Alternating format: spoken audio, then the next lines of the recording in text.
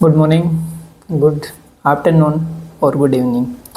तो भैया जब आप देखो ये लेक्चर तभी मान लेना कि वही हो रहा है, ठीक है। रात में देखो तो गुड नाइट भी मान के सो जाना, ठीक है। तो अपन आज शुरू करते हैं ह्यूमन हेल्थ एंड डिजीज़ की ये जो सीरीज चल रही है उसमें थर्ड सीरीज है अपना एड्स। इसमें कौन सा डिजीज़ पढ़ेंगे अपन भैया? एड्स वाला डिजीज़ पढ़ेंगे कि एड्स क्या होता है और HIV क्या होता है और ये कैसे फैलता है। तो देखो भाई, ये स्टूडेंट्स के पढ़ने के लिए जितना ज़रूरी है ना, ठीक है, जैसे एग्ज़ाम में आ रहा है उससे भी ज़्यादा ज़रूरी है। किस लिए है कि आज हमारे देश में एड्स बहुत ज़्यादा फैल रहा है बेटा, ठीक है। हमारे देश में ही क्या, पूरे विश्व में ही बहुत ज़्यादा ये फैल रहा है, ठीक है। इसके कुछ डेटा भी अपन बताएंगे कि 2025-24 तक कितनी डेथ होने वाली है ना। 24 तो गया, मतलब 25 में कितनी डेथ हुई होंगी अभी तक, और 26 के भी क्या डेटा हैं इसके कि संभावित डेट तक के संभावित मृत्यु कितने लोगों की हो जाएगी इससे। वो संभावित है, नॉट करेक्ट या परफेक्ट, ठीक है। ओके, तो एक तो अपन इसमें देखेंगे कि एड्स होता क्या है, ठीक है। दूसरा कि एड्स ये फैलता कैसे है, ठीक है। तीसरी बात अपन करेंगे कि एड्स की मैकेनिज़्म क्या है, कि एड्स एक्चुअल में ये कैसे काम करता है, सेल को कैसे इफेक्ट करता है, कौन सी कोशिकाओं पे करता है। फिर अपन बात करेंगे इसके प्रभाव क्या होते हैं, ठीक है। इसी में अपन बात भी करेंगे कि पहचाने कैसे, ठीक है। और एक इसके बचाव क्या हैं, ठीक है। एक अपन इसके ट्रीटमेंट पे बात करेंगे कि अगर किसी को हो गया तो उसको डॉक्टर क्या ट्रीटमेंट करेगा। एक तीसरी बात, एक मतलब नेक्स्ट बात अपन ये भी करेंगे कि अगर किसी को हो जाए, ठीक है, मान लो किसी को एड्स हो गया तो वो खुद कैसे बच सकता है और दूसरों को कैसे बचा सकता है, ठीक है। यानी अवेयरनेस के बारे में बात करेंगे अपन। चलो अपन शुरू करते हैं भाई कि एड्स क्या होता है। तो देखो एड्स, ठीक है। एक बेटा अपना यहाँ पे है HIV। तो देखना HIV तो है यहाँ पे वायरस, HIV तो क्या है यहाँ पे वायरस है। तो देखो HIV क्या है, अपने एक यहाँ पे लिखा भी है कि HIV एक्चुअल में है क्या। तो एड्स को एक बार के लिए अपन छोड़ते हैं, या फिर तुम मान लो कि HIV के कारण, यानी किसी को HIV का संक्रमण हो गया, ठीक है। अगर ट्रीटमेंट ले लिया तो हो सकता है आप एड्स से बच जाएं। अगर आपने ट्रीटमेंट नहीं लिया तो आपको कुछ सालों के बाद में, कुछ महीनों के बाद में एड्स हो जाएगा, ठीक है। अब यहाँ पे एक धारणा उठा लेना कि HIV का संक्रमण हो गया तो एड्स होगा, नहीं, उसको रोका जा सकता है, उसको इनहिबिट करा जा सकता है। जिस स्टेज पे है वहाँ पे उसको दवाइयों की सहायता से रोका जा सकता है। चलो अपन बात करते हैं यहाँ पे कि HIV क्या है। तो देखो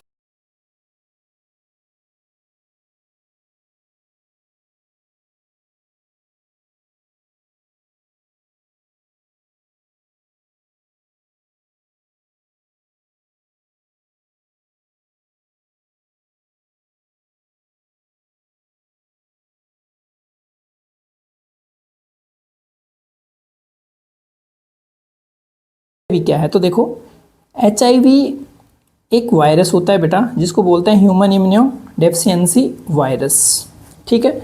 यानी ये क्या करता है, अपना जो प्रतिरक्षा होती है, प्रतिरक्षा को कर देगा बेटा, ये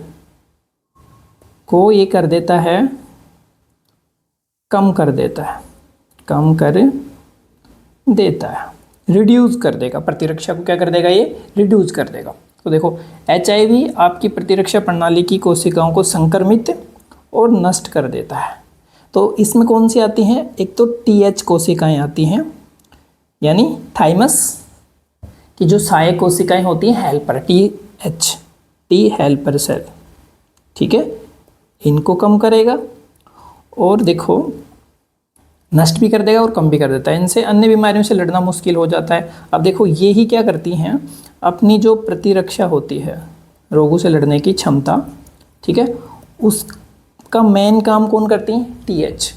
कौन सी सेल करती हैं, TH कोशिकाएं करती हैं। अब इनको ही क्या कर दिया आपने भाई, मार दिया। यानी आपके घर की जो रक्षा कर रहा है आपने उसी को मार दिया। तो बताओ आप मुझे, घर की रक्षा हो पाएगी? नहीं होएगी ना। तो ये काम क्या करता है, ये कोई, देखो एड्स का जो वायरस होता है ना, वो कोई ऐसे नहीं है कि दूसरी कोशिकाओं को मारता है, ये सिर्फ उन्हीं को मारता है जो मेन कोशिकाएं होती हैं। मेन कोशिकाएं क्या, जो प्रतिरक्षा बनाने में काम करती हैं, बनाने में हेल्प करती हैं, तुम्हें और रोगों से बचाने के लिए फौज तैयार करती हैं। तो आपकी जो मेन जो होती है ना, उसी को ये अटैक करता है। तो मेन कौन सी हो गई, टीएच सेल, उनके ऊपर क्या कर दिया इसने, अटैक कर दिया। समझ गए, तो टीएच पे अटैक करा तो प्रतिरक्षा आपकी कमजोर। अब आप दूसरे रोगों से लड़ नहीं पाएंगे, ठीक है, दूसरे रोगों से आप लड़ नहीं पाएंगे। तो देखो, जब HIV आपकी प्रतिरक्षा प्रणाली को गंभीर रूप से कमजोर कर देता है, यानी भैया ज़्यादा ही हो गया तो कमजोर तो करेगा, तो ये एक्वायर्ड इम्यूनोडेफिशिएंसी सिंड्रोम यानी एड्स का कारण बन जाता है। देखो, इसका मतलब ये हुआ कि जैसे ही प्रतिरक्षा के ऊपर हमला हुआ, जैसे HIV आया, तुमने कोई संक्रमित व्यक्ति है उसके साथ तुमने फ्लूइड का एक्सचेंज कर लिया, कोई भी जो ये है तरल उसका एक्सचेंज कर लिया, और HIV का जो वायरस है वो आपके शरीर में चला गया। अब जैसे ही वो HIV का वायरस आपके शरीर में जाएगा तो क्या करेगा, आपकी जो प्रतिरक्षा की जो सेल है उनके ऊपर अटैक करेगा, ठीक है। अब आपने क्या करा, उसकी दवाइयाँ नहीं ली, ठीक है, अब वो बहुत ज़्यादा कमज़ोर कर दिया, तो आप तो दूसरे रोगों से लड़ ही नहीं पाएंगे। तो उस कंडीशन में आपको एड्स हो जाएगा, ये ध्यान रखना है, ठीक है। यानी जैसे इन्फेक्शन हुआ तो एड्स नहीं होगा, अगर ये ज़्यादा लिमिट में कर रहा है इफेक्ट तो आपको एड्स हो जाएगा, यानी दूसरे रोगों से आप लड़ नहीं पाएंगे। समझ गए ये बात, चलो चलते हैं आगे। चूँकि HIV आपके DNA में अपने निर्देश डालने के पीछे की ओर काम करता है, इसका रेट्रोवायरस कहा जाता है। इसका मतलब ये है बेटा, रेट्रोवायरस भाई ये होता है कि जनरली क्या होता है, DNA से बन गया mRNA से बन जाती है प्रोटीन, ठीक है। लेकिन ये क्या करता है भाई, mRNA से क्या बना लेता है, DNA बना लेता है। ये mRNA से DNA, तो रिवर्स यानी उल्टा चलता है। ये क्या चलता है, ये उल्टा चलता है, ठीक है। तो ये इसको इसलिए क्या बोला गया, रेट्रोवायरस। तो क्वेश्चन आ सकता है कि रेट्रोवायरस क्या होता है, तो ये क्या बनाता है, mRNA से DNA बना लेता है, करेक्ट। चलते हैं नेक्स्ट, देखो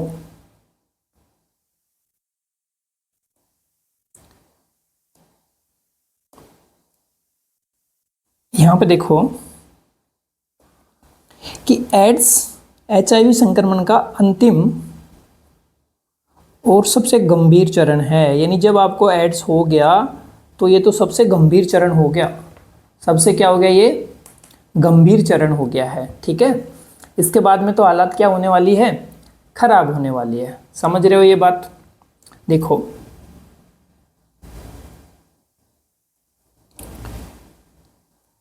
इसमें है कि एड्स से पीड़ित लोगों में कुछ श्वेत कोशिकाओं की संख्या बहुत कम हो जाती है। श्वेत कोशिकाएं होती है ना, WBC बोलते हैं भाई इनको, क्या बोलते हैं वहाँ पे, WBC बोलते हो। और इनकी संख्या क्या हो जाती है, यहाँ पे कम हो जाती है WBC की संख्या, और उनकी प्रतिरक्षा प्रणाली में गंभीर रूप से क्षति हो जाती है। उन्हें अतिरिक्त बीमारियों भी हो सकती हैं। इस बात का संकेत है कि एड्स की ओर बढ़ चुके हैं। यानी जिसको ये हो गया, अगर WBC की संख्या कम हो गई, इसका मतलब वो क्या हो गए हैं, एड्स की तरफ ही बढ़ चुके हैं, ठीक है। उपचार के बिना HIV संक्रमण 10 वर्षों में एड्स में बदल जाता है। भैया ये जो 10 वर्ष लिखे हुए हैं ना, ये कंफर्म नहीं है, ये कुछ महीनों से लेके कुछ महीनों से लेकर 5 से 10 वर्ष हो सकता है। यहाँ पे कितना हो सकता है भाई, 5 से 10 वर्ष। यानी जैसे ही तुम्हें संक्रमण हुआ, ठीक है, अब संक्रमण हुआ, अब तुम्हें नहीं पता कि कितना टाइम तक, जैसे संक्रमण हुआ, अब ये 5 से 10 साल तक आपकी बॉडी में रह सकता है और आपके सिम्टम भी नहीं आएंगे, लक्षण भी नहीं आएंगे और आपको पता भी नहीं लगेगा।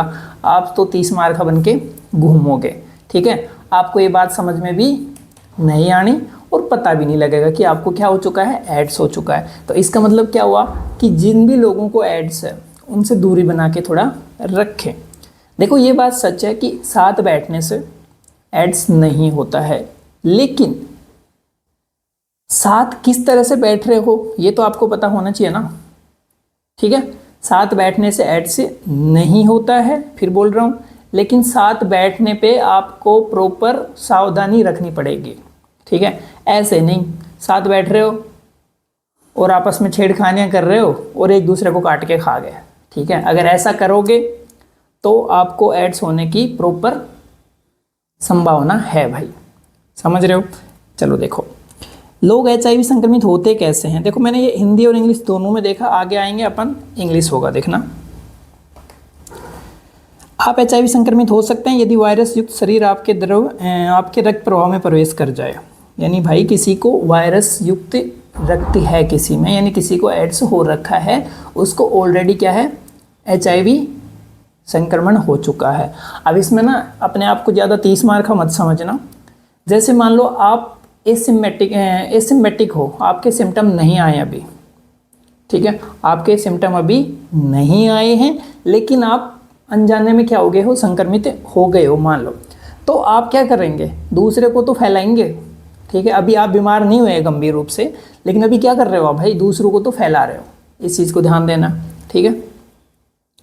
अब देखो ये कैसे हो सकता है, संक्रमण कैसे हो सकता है। मान लो एक पेशेंट है, इसको एड्स हो रखा है, ठीक है, ये संक्रमित ही है अभी। अब मान लो गंभीर समस्या नहीं है लेकिन अभी संक्रमित है। एक आदमी ऐसा है जिसको अभी कुछ भी नहीं हो रखा, यानी ये संक्रमित नहीं हुआ है। तो अब क्या डिफरेंस होंगे, देखो मतलब ये कैसे एक दूसरे को तो क्या, जो ये रोगी है ये नॉर्मल को कैसे संक्रमित करेगा। तो देखो, एक होता है असुरक्षित मौखिक गुदा और योनि मैथुन करना, ठीक है। यानी जब भी सेक्सुअल एक्ट हो तो उस टाइम पे कॉन्डोम्स का यूज़ करना ज़रूरी है, ठीक है, क्योंकि आपको पता नहीं है कि आपका जो सेक्सुअल पार्टनर है जिसके साथ आप सेक्स कर रहे हो उसकी हिस्ट्री आपको पता नहीं है, ठीक है। तो आपको कैसे पता, आप कैसे बिलीव करेंगे, क्या मेडिकल सर्टिफिकेट लेके आएंगे हर बार, नहीं ना। तो आपको नहीं पता कि अगला बंदा कैसा है, तो असुरक्षित यौन संबंध करने से बचें, यानी जब भी करें तो कॉन्डोम्स का यूज़ करें, ठीक है। दवा, इंजेक्शन और उपकरण साझा करना, ठीक है। जैसे अपन जाते हैं किसी हॉस्पिटल में गए, क्लिनिक में गए, छोटी क्लिनिक में, जो भी ग्रामीण वाले होते हैं ये छोटे मोटे चोला छाप, ठीक है। तो ये क्या करते हैं कि एक ही निडल को यूज करा, सिरिंज एक को लगाया, उसी के साथ दूसरा साथ आया तो लगा दो भाई तुरंत, ठीक है। तो इससे भी क्या हो सकता है, एड्स हो सकता है। क्यों, क्योंकि उसकी ब्लड में घुसा, ठीक है, उसके ब्लड लगेगा। ऐसे ही तुमने दूसरे को लगा दिया है, तुम्हारे लगा दिया, तो उसकी पॉसिबिलिटी भी क्या हो गई है, होने की हो गई ना, कि इसको भी क्या हो सकता है, एड्स हो सकता है। चलो ये बात ठीक है। अब एक चीज़ और है इसके साथ साथ ये और देखना, कई बार ना ग्रामीण में, गाँव में कोई ना कांटा चुभ गया, ठीक है, तो वो एक ना सुई जैसी रहती है स्ट्रक्चर, नकचूटी, ठीक है, तो उससे क्या करते हैं, सब उसी से निकालना शुरू कर देते हैं। या फिर कोई भी एक के किसी के पास कुछ है तो उसी से निकालना शुरू कर देते हैं। पड़ोसी का भी कट गया, चुभ गया कांटा, तो वो भी उसी से निकालना शुरू कर देता है। गांव में अक्सर होता है, ये करने वाले ध्यान दें, ठीक है। तो उससे भी क्या हो सकता है, एड्स हो सकता है, ठीक है, समझ गए। अगर पेशेंट को एड्स, कोई पेशेंट है एड्स का और उसका वही कांटा तुमने निकाल लिया, तो समझो वो कांटा तुम्हारे चुभ गया, बड़ा वाला, ठीक है, लग गया। अब देखो आगे, असंक्रमित वातावरण में शरीर में छेद या टैटू बनवाना। अब कुछ लोग क्या करते हैं, मेले वेले में ही क्या बनवाए जाते हैं, टैटू बनवाए जाते हैं, ठीक है। मेले में गए और टैटू बनवाना शुरू कर दिया। अब उनको पता नहीं है कि जो आप टैटू बनवा रहे हो, भाई टैटू में क्या होता है, शरीर को गोदा जाता है, यहाँ से ना कुछ छेद करे जाएंगे, ऐसे ऐसे गड्ढे करे जाएंगे, उसमें कलर भरा जाता है, सिंपल सा बात है, टैटू तो यही होना है। अब क्या करते हैं, जिस सुई से आपको गोंदा गया, अब वो ऐसा तो है नहीं कि हर बार नहीं करेंगे, तुम उसको 20 रुपये 50 रुपये दे रहे हो और आपको महाकाल की टैटू बनवाना है, महाकाल का, ठीक है। तो अब महाकाल का टैटू तो बनवाओ, चलो अच्छी बात है, लेकिन किसी अच्छे से बनाओ कि वो बार बार आपका नीडल वीडल जो भी चीज़ें हैं ना, जो रीयूज़ होने से बचें, ठीक है, हर बार नई चीज़ें यूज हों बेटा, ठीक है। तो इससे भी क्या हो सकता है, एड्स हो सकता है। यानी कोई पेशेंट था, जस्ट ही आपसे पहले करवाया, आपने करवा लिया, तो आपको वो डिजीज़ हो सकती है, HIV का संक्रमण आपको हो सकता है, ठीक है। नेक्स्ट आता है असुरक्षित चिकित्सा या दंत चिकित्सा प्रक्रिया करवाना। अब आप किसी के पास गए, डॉक्टर के पास, और आपने ना, मान लो आपकी जाड़ में प्रॉब्लम होती है, ठीक है, और आपको RCT करवानी है, ठीक है, यानी जाड़ में ना आपको ज़्यादा पेन हो रहा था दांत में, तो आप ना उसको न्यूरॉन्स कटवा देते हो, वहाँ पे ना वो पिन से चुभोते हैं बार बार, तो उससे आपकी न्यूरॉन्स को हटा देते हैं, RCT बोलते हैं उसको, है ना, रूट कैनाल ट्रीटमेंट, ठीक है, ओके। अब देखो उसमें क्या करते हैं, वो जो पिन चुभोते हैं वो आपकी चुभोई और फिर वो क्या करता है, डॉक्टर एक डिब्बे से में रखता है। अब कई तो उसको ना न्यूट्रलाइज कर देते हैं, लेकिन कुछ लोग क्या करते हैं, बार बार उन्हीं को यूज़ करते हैं, वो फिर बार बार वो उन्हीं को यूज़ करते हैं, तो ये बहुत प्रॉब्लम है। तो वो दूसरे के यूज़ करेंगे तो वो वाले इन्फेक्शन यानी HIV अगर हुआ तो वो चला जाएगा, और भी बहुत सारी दिक्कतें होती हैं, ज़रूरी नहीं है HIV ही, ठीक है। तो इससे भी बचना चाहिए। अगर कोई असावधानी पूर्वक डॉक्टर कर रहा है तो उसको बोल दो, ये तुम्हारा अधिकार है, ठीक है, क्योंकि तुम पैसे दे रहे हो, हराम में नहीं कर रहा वो, ठीक है। कोई भी डॉक्टर हो, और बनने वाले डॉक्टर भी ध्यान दें कि ऐसा ना करें। चलो नेक्स्ट बात करते हैं कि गर्भावस्था, जन्म या स्तनपान के दौरान अजन्मे बच्चे को तरल पदार्थों का प्राकृतिक स्थानांतरण। ये ऐसे हो गया, मान लो कोई पेशेंट है मादा और वो प्रेग्नेंट हो गई, ठीक है, तो जो प्लेसेंटा से मान लो ये बच्चा है भाई यहाँ पे, और ये है, इधर तो ब्लड है बच्चे का, ठीक है, और इधर ब्लड है मदर का, ब्लड है ये वाला, ठीक है। तो बेटा ध्यान रखना कि जन्म से पहले मदर और बच्चे का ब्लड आपस में मिलता नहीं है, जन्म से पहले, ठीक है। अब जैसे जन्म होगा उसके बाद क्या होगा कि, अच्छा जन्म से पहले की बात कर लेते हैं एक बार के लिए अपन, कि मान लो, वापस से बनाना पड़ेगा, ये है यहाँ पे बच्चे का ब्लड है, और ये है प्लेसेंटा, बीच में एक लेयर रहती है, और इधर अपन मान लेते हैं ये है बेटा मदर का, ये मदर का ब्लड है भाई, ठीक है। तो अब देखो यहाँ पे रहती हैं कुछ एंटीबॉडी रहती हैं, इसमें क्या रहती हैं, कुछ एंटीबॉडी रहती हैं, ठीक है, ये अपन बना दी एंटीबॉडी, तो ये भी इसको क्रॉस कर जाती हैं, जैसे IgG होती हैं, ठीक है। लेकिन ये HIV का जो वायरस है ना, ये भी भैया इसको क्या कर जाता है, क्रॉस कर जाता है। तो यानी अगर कोई महिला HIV संक्रमित है और वो प्रेग्नेंट हो गई, उसने गर्भावस्था धारण कर ली, तो ये पॉसिबिलिटी है कि उसका जो बच्चा होगा वो भी क्या हो जाए, संक्रमित हो जाए। क्यों? क्योंकि यहाँ से ये एंटर कर जाती है, ठीक है। चलो इतनी बात समझ में आई। अब देखो, दूषित सुई से आकस्मिक चोटें, उदाहरण के लिए स्वास्थ्य देखभाल वातावरण में HIV ले जाने वाले शारीरिक तरल पदार्थों में शामिल है।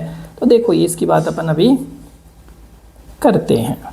ये देखो, अगर ब्लड से ब्लड टच हो जाए, यानी खून, ठीक है, ब्लड टू ब्लड। अब ब्लड टू ब्लड कैसे हो सकता है, यानी तुम क्या कर रहे हो, तुम्हें रक्त की ज़रूरत पड़ गई, ठीक है, तो आप ब्लड ट्रांसफ्यूजन करवाओगे, एक दूसरे को ब्लड देते हैं, ठीक है। तो उस टाइम पे मान लो किसी का HIV पॉजिटिव है, आपने जल्दी जल्दी में ले लिया तो भैया लग गया, ठीक है, तो ब्लड टेस्ट भी करवाना चाहिए। वीर्य, तो ये सीमन में भी रहता है भैया HIV, तो दौरान सेक्स के दौरान ये फैल सकता है। मलाशय द्रव्य यानी पोटी वाले जो द्रव्य होते हैं उनमें भी ये रहता है बेटे। योनि द्रव्य, स्तन का दूध, तो स्तन का दूध कोलेस्ट्रॉम के थ्रू भी हो सकता है ये, ठीक है।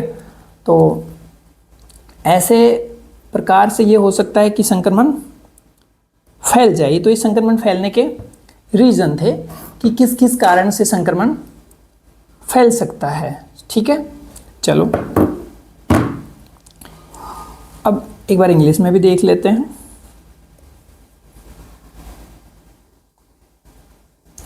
देखना, the words AIDS stand for acquired immunodeficiency syndrome. तो ये तो भैया इसका हो गया पूरा नाम कि एक्वायर्ड इम्यूनोडेफिशिएंसी सिंड्रोम, तो ये HIV का पूरा नाम है। This means deficiency of immune system, यानी प्रतिरक्षा तंत्र क्या हो गया आपका, कमजोर हो गया। Acquired during life time of individual indicate that is not congenital disease syndrome, means A group of symptom, यानी इसने ये कहा है कि जो एड्स होता है ये कोई स्पेशल ऐसे रोग नहीं है, जैसे आपको डायरिया हो गया तो उसमें उल्टी दस्त हो जाएंगी, ठीक है, तो ये ऐसा रोग नहीं है कि इसमें उल्टी दस्त हो गए। तो ये कैसा होता है कि इसमें बहुत सारे रोगों के सिम्टम एक साथ आएंगे, ठीक है। कोई ऐसा नहीं कह सकता कि इसको एड्स हो रहा है तो इसके ये पर्टिकुलर ये लक्षण हो गए, नहीं, उसमें बहुत सारे रोगों के लक्षण आएंगे। यानी ये क्या है, ग्रुप ऑफ डिजीज, यानी मैं कह दूं ये क्या होता है, रोगों का समूह होता है। अब मुझे एक चीज़ बताओ, अगर रोगों का समूह हो गया तो ये ही क्या हो गया, लक्षणों का भी तो समूह हो गया, रोगों के लक्षणों का समूह। ठीक है, समझ गए। चलो देखते हैं आगे। सबसे पहले एड्स, देखो AIDS was first reported in 1981, ये नीट का क्वेश्चन है, and is the last 25 years और so it has spread all over world killing more than 25 million person. ठीक है, ये तो पहले के डेटा हैं। 25 मिलियन, तो मिलियन में देखो 1 मिलियन में होता है 10 लाख। ठीक है, अब 10 को आप 25 से गुणा कर दो भाई, 250 लाख। करोड़ वरोड़ जो आप है ना अपने हिसाब से लगाते रहना इसमें। अब देखो एड्स करता क्या है, AIDS is cause by human immunodeficiency virus, यानी HIV की वजह से होता है। ये member of group virus called retrovirus, तो अपन इसको हिंदी में बता चुके हैं कि रेट्रोवायरस क्या होता है, कि ये mRNA से DNA बनाता है। Which have an envelope enclosing the RNA genome. अभी इसमें अपन डायग्राम दिखाएंगे भाई कि इसमें ना RNA होता है, इसमें क्या होता है, RNA होता है। Transmission of HIV infection generally occur by sexual contact, ठीक है, विद इन्फेक्टेड पर्सन। ये अगर कोई HIV संक्रमित व्यक्ति है उससे आप सेक्सुअल कॉन्टैक्ट करेंगे तो आपको क्या हो सकता है, HIV हो सकता है।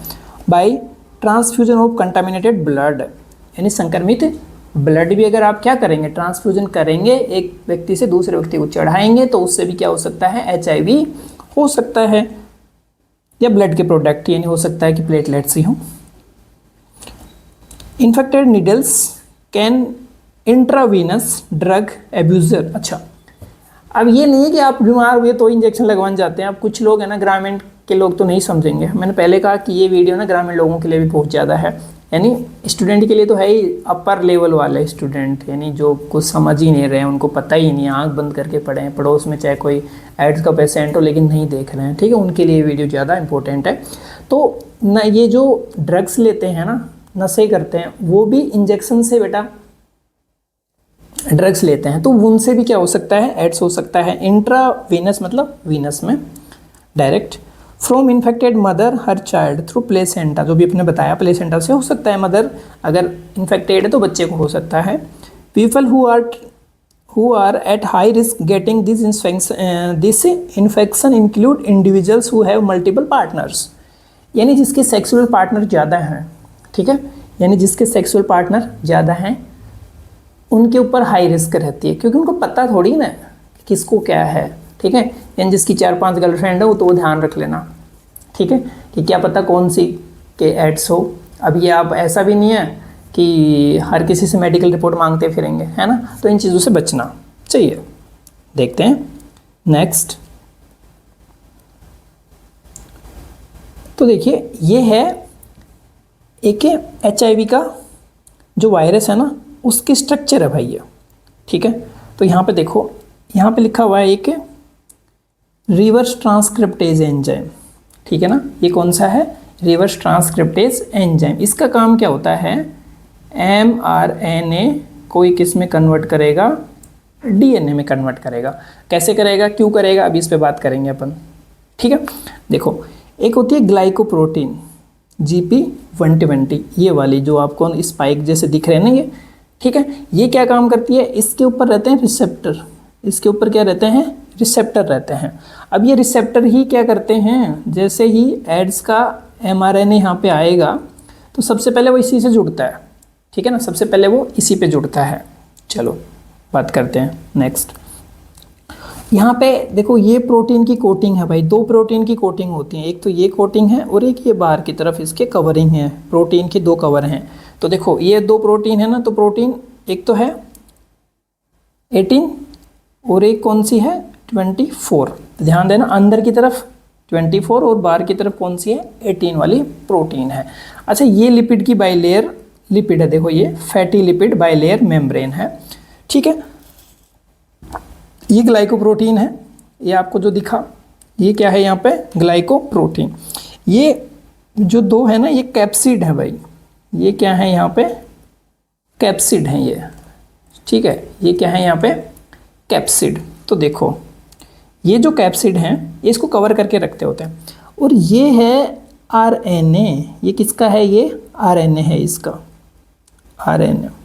इसके ऊपर दो एंजाइम हैं, इसके ऊपर क्या है, ये दो एंजाइम हैं, एक तो रिवर्स ट्रांसक्रिप्टेज, एक प्रोटीएज। कौन सा है, प्रोटीएज, प्रोटीएज। ठीक है, क्योंकि क्या प्रोटीएज क्या काम करता है भाई, प्रोटीन का काम करेगा ना। तो ये क्या काम करेगा, कब करेगा, कि भैया इसको क्या बनाना है आगे जाके, प्रोटीन बनानी है ना, तो उसमें ये हेल्प करवाएगा। ठीक है, क्योंकि ये क्या बनाएंगे, एक प्रोटीन भी बनाएंगे आगे जाके, तो ये उसमें क्या करवाएगा, इसकी हेल्प करवाएगा। ठीक है, अब एक चीज़ और है, ये जो mRNA है ना, ये कैसा है भाई, इसमें सिंगल स्टैंडर्ड आरएनए है। कैसा स्टैंडर्ड आरएनए है ये, सिंगल।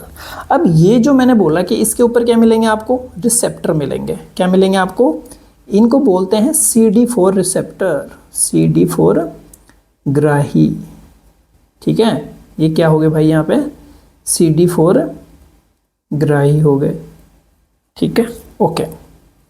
अब देखो, अब आपको इतनी बात तो समझ में आ गई कि ये क्या होता है, एक प्रोटीन की कवरिंग रहती है, सबसे बाहर की तरफ क्या रहती है, ग्लाइकोप्रोटीन 120, और ये क्या करती है, ये ही उसको अट्रैक्ट करती है, इसी से वो चिपकता है आके। ठीक है, और ये डबल लेयर क्या रहती है, इसमें एक फैटी लिपिड की बाइलेयर मेम्ब्रेन रहती है, और ये दो कवरिंग करके रखता है प्रोटीन के अंदर की तरफ, प्रोटीन P24 और बाहर की तरफ है P18 यानी 18।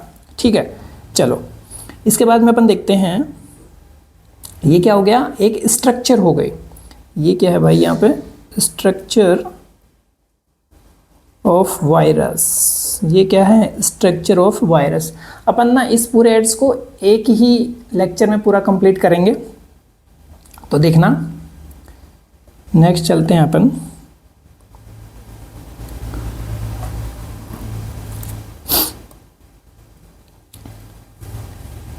ये बीच में नहीं आना चाहिए था, चलो कोई बात नहीं। ये एक बार अपन देख लेते हैं कि इसके प्रिवेंटेशन क्या है ना, इसको प्रिवेंट कैसे करोगे आप, फिर एक बार आगे जाके इसको हिंदी में देख लेंगे। तो देखना कि बचाव कैसे हो सकता है। ठीक है ना, इसके बचाव कैसे हो सकते हैं। तो देखो, एड्स हैज़ नो क्योर, यानी ये ना इलाज है।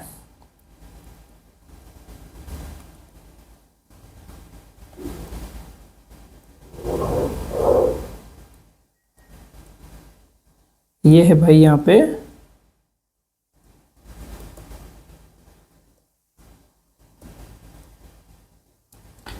ये क्या खुल गया भाई बीच में, ये है नाइलाज बीमारी,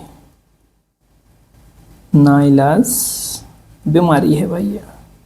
ठीक है, यानी इसका कोई इलाज नहीं है, no cure. Prevention is the best option, यानी इससे बचाव ही इसका क्या है, इलाज है। ठीक है, बचाव ही क्या हो गया इसका, इलाज, बचाव ही इलाज। ठीक है, HIV infection more often spread due to conscious behaviour pattern is not something that happen inadvertently like pneumonia, typhoid. तो भाई इसकी वजह से क्या होता है, निमोनिया भी हो जाता है और टाइफॉइड, और ये ठीक नहीं होते हैं, लंबे समय तक चलते हैं। ये मेन चीज़ है इनमें।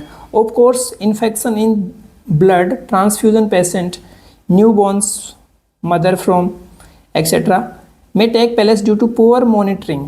The only excuse may be ignorance and has been rightly said, इन सही कहा गया, don't die ignorance, यानी अज्ञानता के कारण मत मरो। ठीक है, इसका मेन चीज क्या है यहाँ पे, अज्ञानता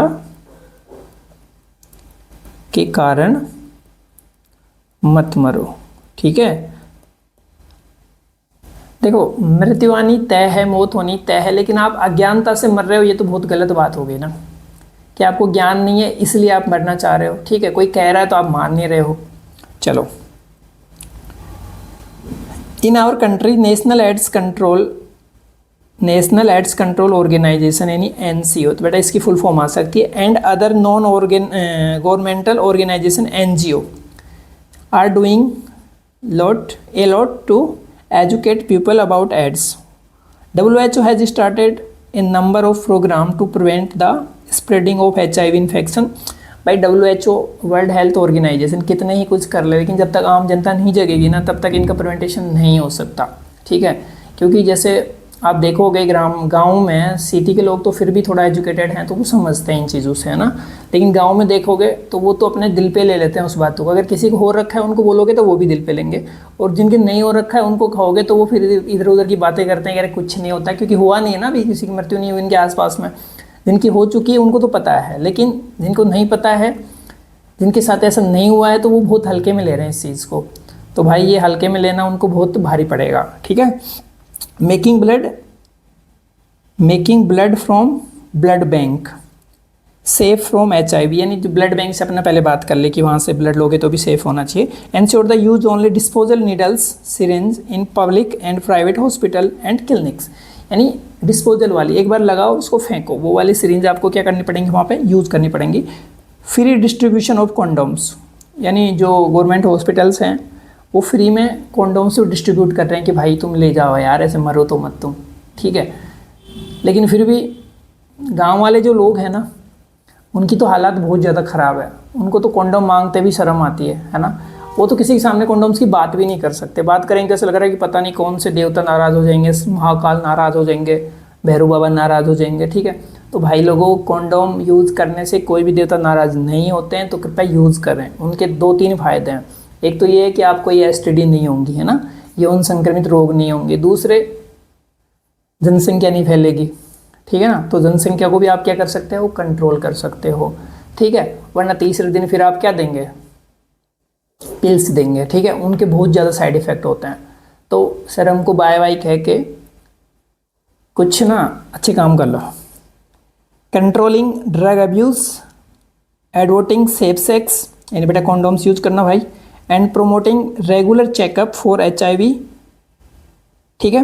यानी जो जिस पे पॉपुलेशन में HIV के पॉजिटिव लोग ज़्यादा हैं तो वो क्या करवाएं भैया, कंटिन्यू चेकअप करवाएं, ठीक है। क्योंकि उनके पॉसिबिलिटी होने की ज़्यादा चांसेज हैं, ये रोग होने की पॉसिबिलिटी बेटा क्या है वहाँ पे भाई, ज़्यादा है, ठीक है।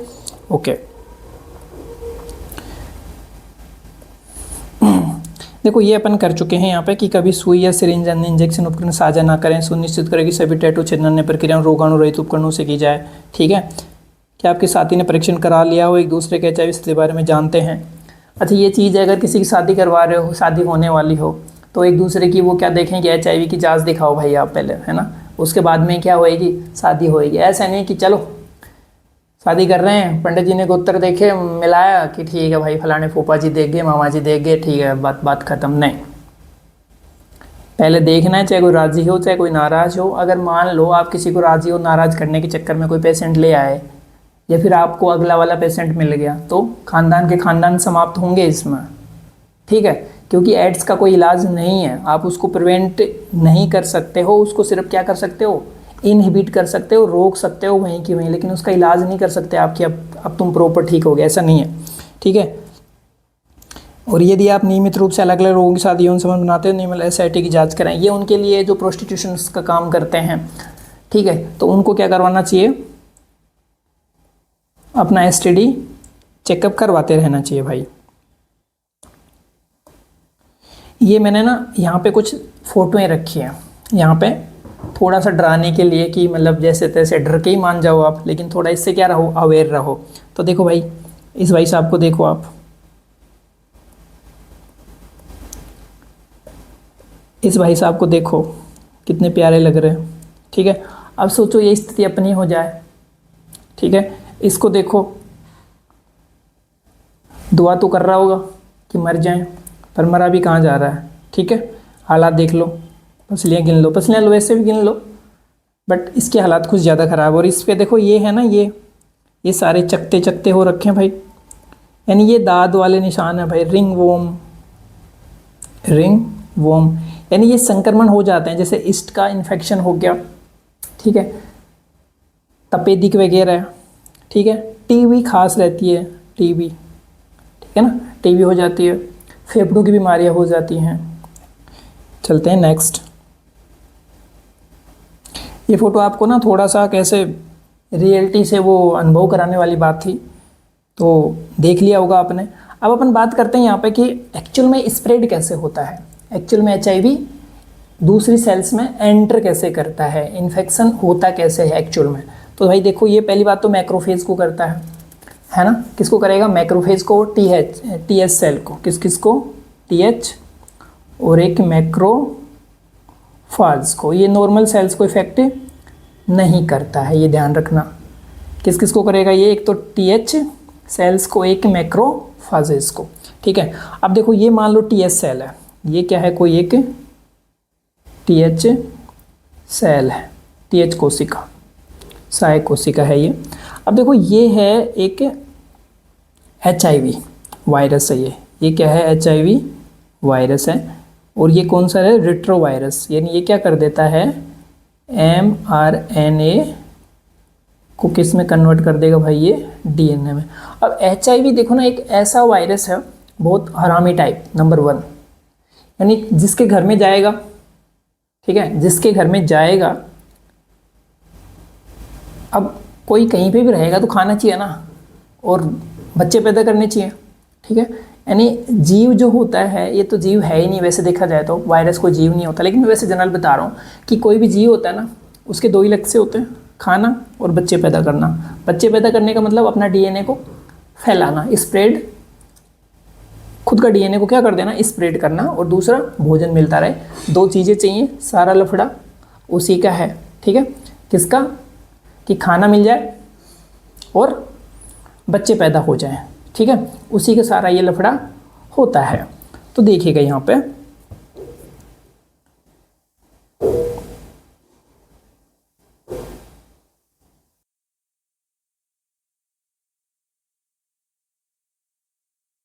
तो देखो भाई यहाँ पर ये TH सेल हो सकती है या फिर मैक्रोफेज हो सकती है।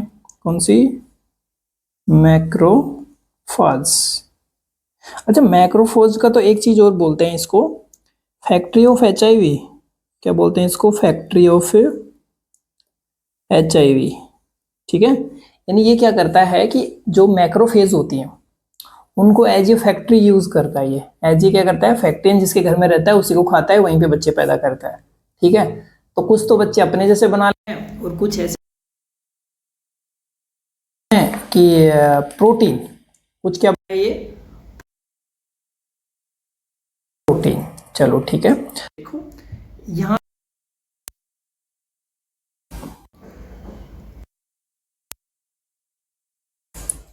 रिसेप्टर, ठीक है, CD4 रिसेप्टर, और ये क्या है यहाँ पर?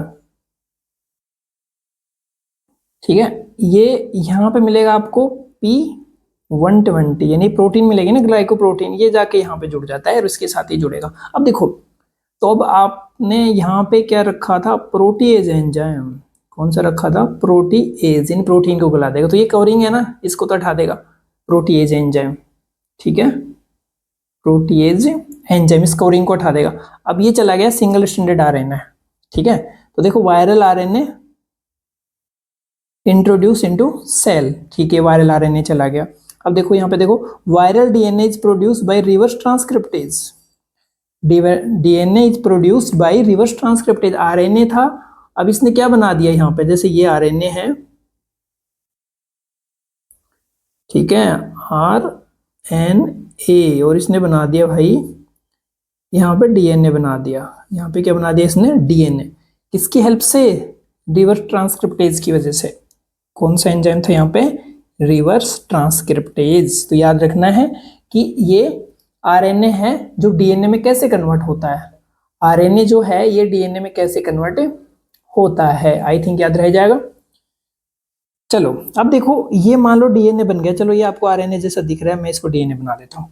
अब देखो, viral DNA incorporated into host genome. अब जैसे ये इसका DNA है, किसका? ये जो पूरा सेल है ना, ये जो पूरी सेल है, ये इसका DNA है, ये वाला जो है, ये मान लेता हूँ मैं, इसको ऐसे बना देता हूँ, ये वाला जो DNA है ना, ये वाला DNA, ठीक है।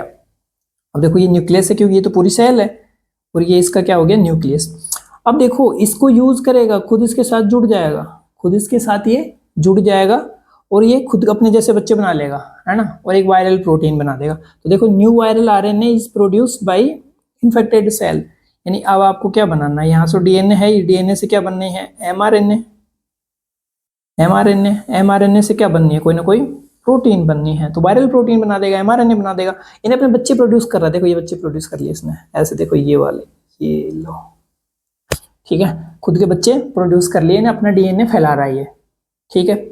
अच्छा एक चीज हो रहा है, जो एड्स की दवाइयां हैं ना वो वायरस को मार नहीं सकती, बिकॉज क्योंकि वायरस तो पहले से ही मरा हुआ है, और जो पहले से मरा हुआ उसको आप क्या ही मारोगे, ठीक है, क्योंकि ये तो बॉडी पे या फिर सेल के अंदर जाने के बाद में लिविंग के जैसे फीचर शो करता है, अदरवाइज तो ये क्या रहता है, नॉन लिविंग रहता है भाई ये। चलो ठीक है, अब देखो ये इन सेल को क्या कर देता है, ब्रस्ट कर देता है, यानी फाड़ देता है, फट जाती है सेल, और फिर क्या बन जाता है, न्यू वायरस। अब ये न्यू वायरस बन गया,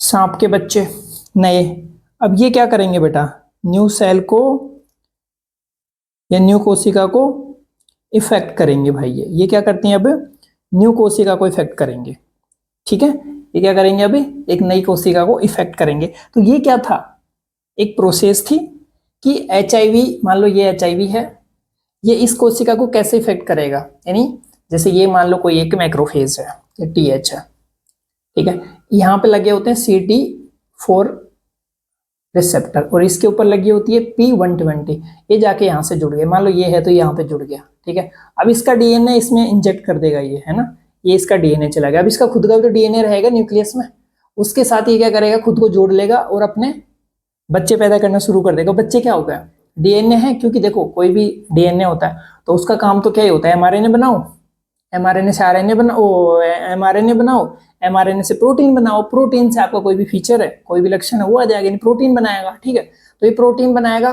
वायरल प्रोटीन बना देगा, ठीक है। उससे पहले आपका आरएनए बनाएगा, तो आरएनए कुछ तो वायरल प्रोटीन में चले गए और कुछ को ये कोशिका को फाड़ के बाहर आ जाता है और दूसरी कोशिका को इफेक्ट करना शुरू कर देता है।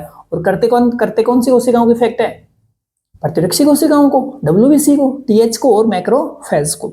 चलो ठीक है, चलते हैं नेक्स्ट।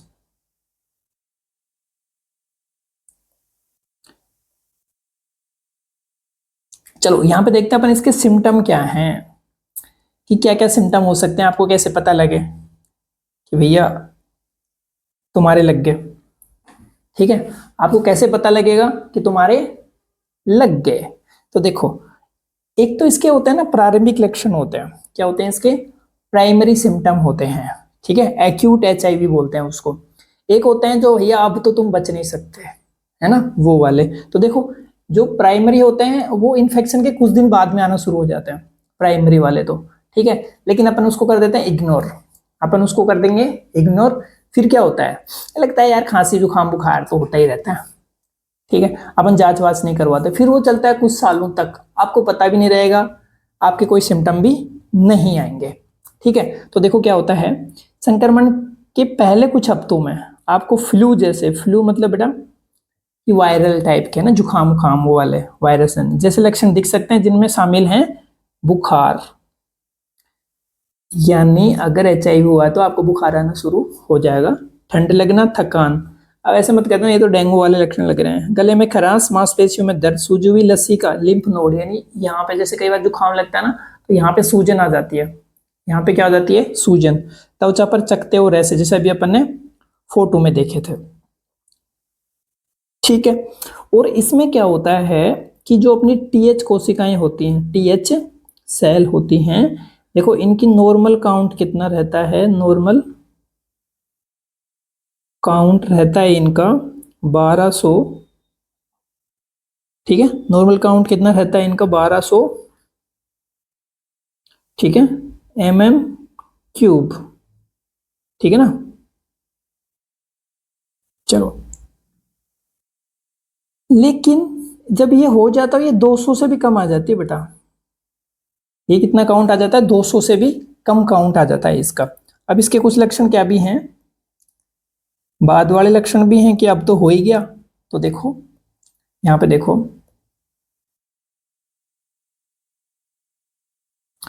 यदि HIV का इलाज नहीं किया जाए, यानी आपने संक्रमण हो चुके हो आप और उसका इलाज नहीं करवा रहे हो, तो प्रतिरक्षा को कमजोर करता रहता है, ठीक है, खाया जाएगा आपको पता भी नहीं लगेगा, ठीक।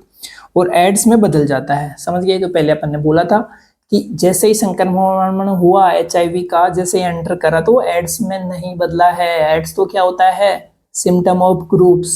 एड्स क्या होता है, सिम्टम ऑफ ग्रुप्स, यानी बहुत सारे रोगों के सिम्टम का ग्रुप है वो, ठीक है। अब इसमें क्या क्या हो सकते हैं, देखो कंटिन्यू लगातार थकान और वजन घटना, ठीक है, सीढ़ियां भी नहीं चढ़ी जा रही, पड़े रहते हो गधे की तरह, नॉर्मल भी पड़े रहते हैं कुछ लोग, ठीक है, इसी से मत जोड़ लेना। लेकिन कंटिन्यू वजन भी बेटा घट रहा हो भाई उसमें, है ना, कंटिन्यू वजन क्या हो रहा हो, घट रहा हो, तो ये भी एक सिम्टम हो सकता है। बार बार संक्रमण होना, जैसे निमोनिया, यानी बार बार कोई डिजीज हो रहे हैं, ठीक है, और बहुत बहुत दिनों में क्या हो रहे हैं, वो ठीक हो रहे हैं, तो ये किसका सिम्टम हो सकता है, किसका लक्षण हो सकता है, एड्स का। मुंह में छाले या ईस्ट संक्रमण, दस्त, रात में पसीना आना। अच्छा देखो, अगर मुंह में छाले हो जाएं तो बेटा वो,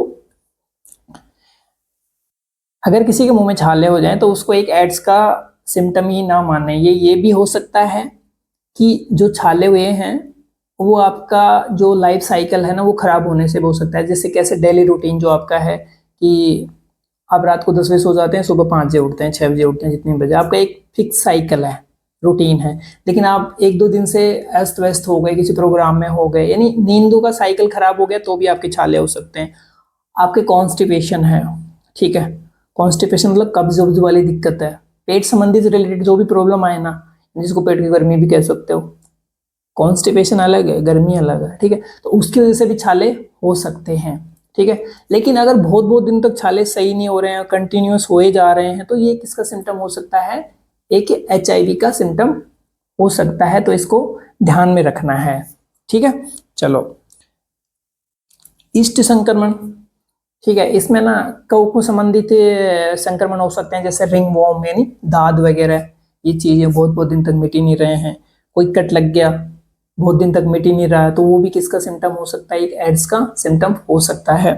रात में पसीना आना, ठीक है, सो रहे हो नॉर्मली और अचानक से देखते हो कि पसीना आ गया, ठीक है, तो ये किसका सिम्टम हो सकता है, एड्स का। एक दिन में नहीं, वो तो हो सकता है आपको सपना आ गया, डरावना भूत वो दिख गया हो, ठीक है, उस टाइम पे सब पसीना आ गया, तो वो एक रीजन नहीं होता, लेकिन कंटिन्यूअसली आ रहे हैं, है ना, पसीना रात को, तो वो भी एक एड्स का सिम्टम हो सकता है, ठीक है। हमारे एक प्राणी ऐसा है जो गर्मी में भी रजाई ओढ़ के सोता है, ठीक है, उसको तो पसीना आएंगे, तो वो एड्स का सिम्टम नहीं माना जाएगा। ऐसे लोग अगर हों कहीं पे तो उसको एड्स का सिम्टम नहीं माना जाएगा, ठीक है, वो एड्स का सिम्टम नहीं होता है। तो देखो, अब इसका ट्रीटमेंट क्या हो सकता है।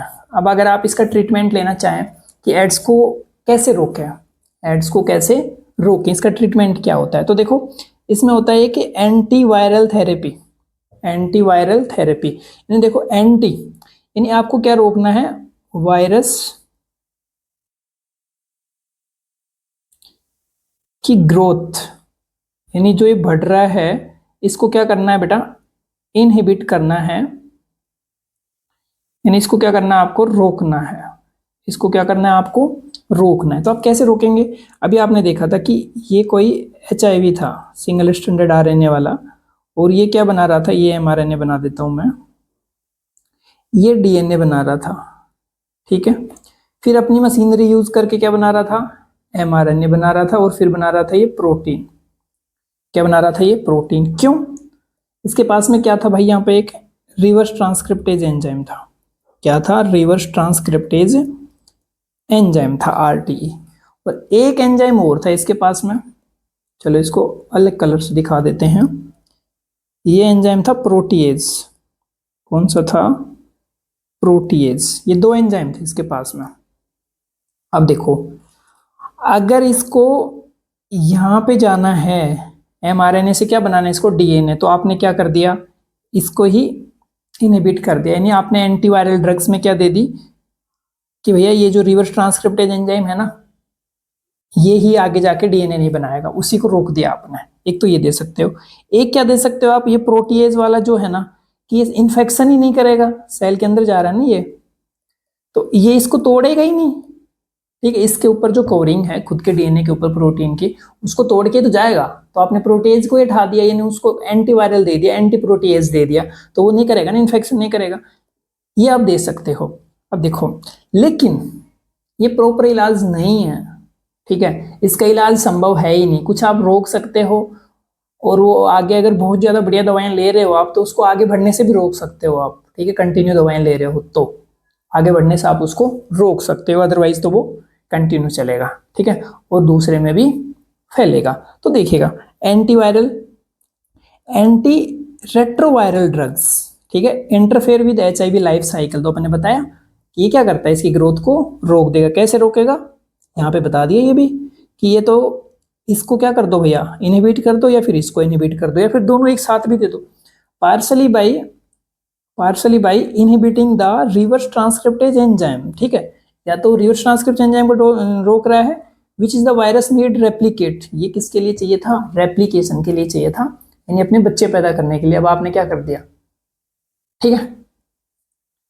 This help to control the viral load patient body, यानी ये वायरल लोड को रोकता है कि पेशेंट की बॉडी में ज्यादा है ना। ट्रीटमेंट इन्वॉल्व कॉम्बाइन और डिफरेंट एंटी रेट्रोवायरल्स ड्रग्स, ड्रग्स का मतलब दवाइयां हैं, यहाँ पे वो ड्रग्स मत ले लेना, ठीक है, वो वाले ड्रग्स नहीं है। Some examples mention include AGT, vinblastine, vinblastine भी है यहाँ पे, और एक कौन सा है, एजिडोथाइमिडीन, ठीक है। ये 2 ड्रग्स हैं जो HIV वालों को दिए जाते हैं, लेकिन ये पर्टिकुलर इसका इलाज संभव नहीं है, ठीक है। आप कुछ समय के लिए इसको रोक सकते हो, मतलब स्लोज डाउन कर सकते हो, अपनी लाइफ बढ़ा सकते हो, लेकिन भाई इसका परमानेंट इलाज नहीं है, मृत्यु निश्चित है। यानी अगर किसी को एड्स हो गया, उसकी मृत्यु फिक्स है, मृत्यु तो होनी ही है। अब ऐसे मत कहना मृत्यु तो हमारी भी होनी है, सबकी होनी है, आपकी भी होनी है, हाँ होनी है, लेकिन एड्स से उसकी मृत्यु होनी है, तय है, ठीक है। तो आप उसको बचा नहीं सकते, लाइफ साइकिल थोड़ा सा बढ़ा सकते हो, उसका जीवन थोड़ा सा बढ़ा सकते हो।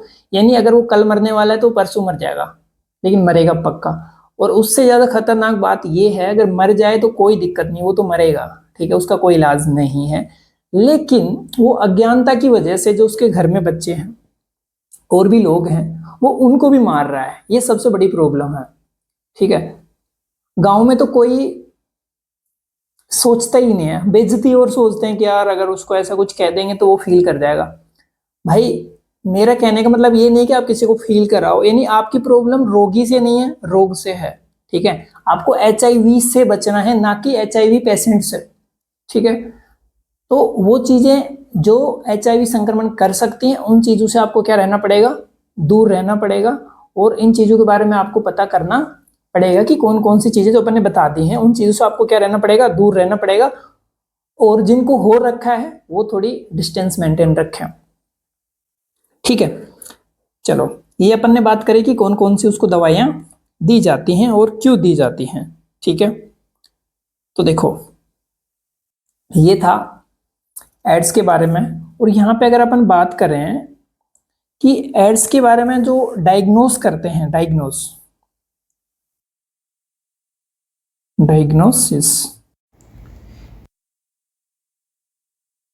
कि, ठीक है, कि एड्स है या उसका पता कैसे लगेगा। नॉर्मल ब्लड टेस्ट होता है, नॉर्मल क्या करवाओ आप, ब्लड टेस्ट करवाओ, ठीक है। ब्लड टेस्ट में क्या मिलेगा आपको कि अगर TH बहुत क्या हो गई है, कम हो गई है, मैक्रोफेज के नंबर्स क्या हो गए हैं। अच्छा एक चीज देखना, मैक्रोफेज के नंबर बढ़ेंगे या घटेंगे, चलो मैं कुछ नहीं कर रहा यहाँ पे, मैं इसको ऐसे छोड़ रहा हूँ कि मैक्रोफेज के नंबर एड्स में बढ़ेंगे या फिर घटेंगे। ये क्वेश्चन आपको बताना है कि अगर किसी को एड्स हो जाए तो उसके ब्लड में मैक्रोफेज के नंबर बढ़ेंगे या घटेंगे। TH तो मैंने बता दिया कि TH के नंबर क्या रहेंगे, यहाँ पे बहुत कम हो जाएंगे, ठीक है। चलो एक दूसरा क्या होता है कि आप ना, जैसे मान लो किसी को एड्स हो रखा है, यानी उसके ब्लड में क्या है, HIV वायरस है, तो उसके ऊपर क्या भी रहा होगा, एंटीजन भी रहा होगा। भाई कोई भी सेल होती है तो उसके ऊपर क्या रहता है, एंटीजन रहता है, ठीक है। तो आप क्या छोड़ दो इसमें, एंटीबॉडी छोड़ दो।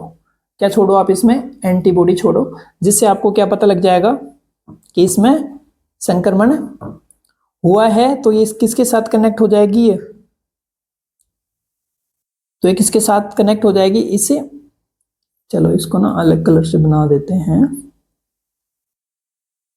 ये इन्फेक्शन है तो ये इसके साथ जाके बाइंड हो जाएगी। अगर ये बाइंड हो गया, एग्लूटिनेशन हो गया, इसका मतलब यहाँ पे क्या है, HIV था। तो एक एलाइजा एलाइजा टेस्ट होता है। कौन सा होता है, एलाइजा टेस्ट होता है। लेकिन ये सिर्फ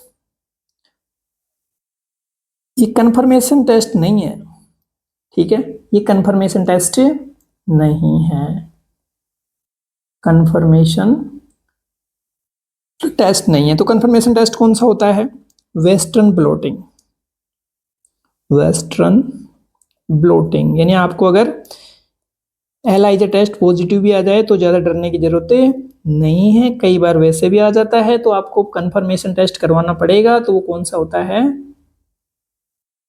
ये तो नहीं है, और ये कंफर्मेशन टेस्ट होता है, ठीक है। ये क्या होता है, कंफर्मेटरी टेस्ट होता है भाई, ठीक है। तो ये अपन ने एक वन शॉट में एक पूरा एड्स जो डिजीज है उसको समझाया है। ये मैंने ना आपकी बार पहले से ही एक ऐसे PPT तैयार कर ली थी और उसके थ्रू समझाया, तो बेटा थोड़ा सा फास्ट हो गया ये, ठीक है, लेकिन कोई भी चीज़ें छोड़ी नहीं है अपन ने। और ये मैंने पहले भी बोला कि सभी लोगों के लिए उपयोगी है ये जो लेक्चर है, और उन लोगों के लिए ज़्यादा उपयोगी है जिनके आसपास में या तो एड्स के पेशेंट हैं या फिर उनको पॉसिबिलिटी ज़्यादा है एड्स होने की, यानी वो ऐसी सोसाइटी में रहते हैं जिनके एड्स ज़्यादा है, या फिर अननोन लोगों की सोसाइटी में रहते हैं, तो उनके लिए वीडियो विशेषकर है। तो ये सभी देखें, और जो लोग लापरवाही कर रहे हैं इन चीज़ों में तो उनको भी दिखाएं। Thank you.